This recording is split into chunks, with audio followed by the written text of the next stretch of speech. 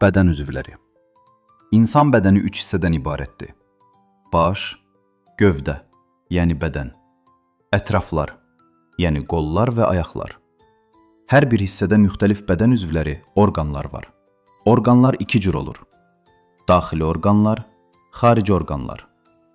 Daxili orqanlar: beyin, qida borusu, ağciyər, ürək, mədə, qaraciyər, böyrək, bağırsaq. Beyin. Beyin düşünən orqandır. Bizim öyrənməyimizə kömək edir. Qida borusu. Yeməyi ağızdan mədəyə aparır.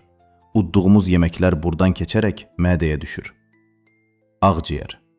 Nəfəs almağımızı təmin edir. Havanı içinə alır və verir. Ürək. Ürək insanın mühərrikidir. Qanı bütün bədənə göndərir. Mədə. Yeməklər mədədə həzm olunur. Qaraciyər. Yeməklərin faydasını bədənə paylayır. Böyrək. Qanı təmizləyir. Artıq suları bədəndən çıxarır. Bağırsaq. Yeməklər burada tam həzm olunur.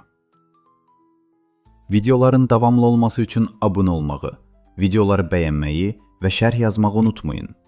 Dəstəyiniz üçün öncədən təşəkkürlər.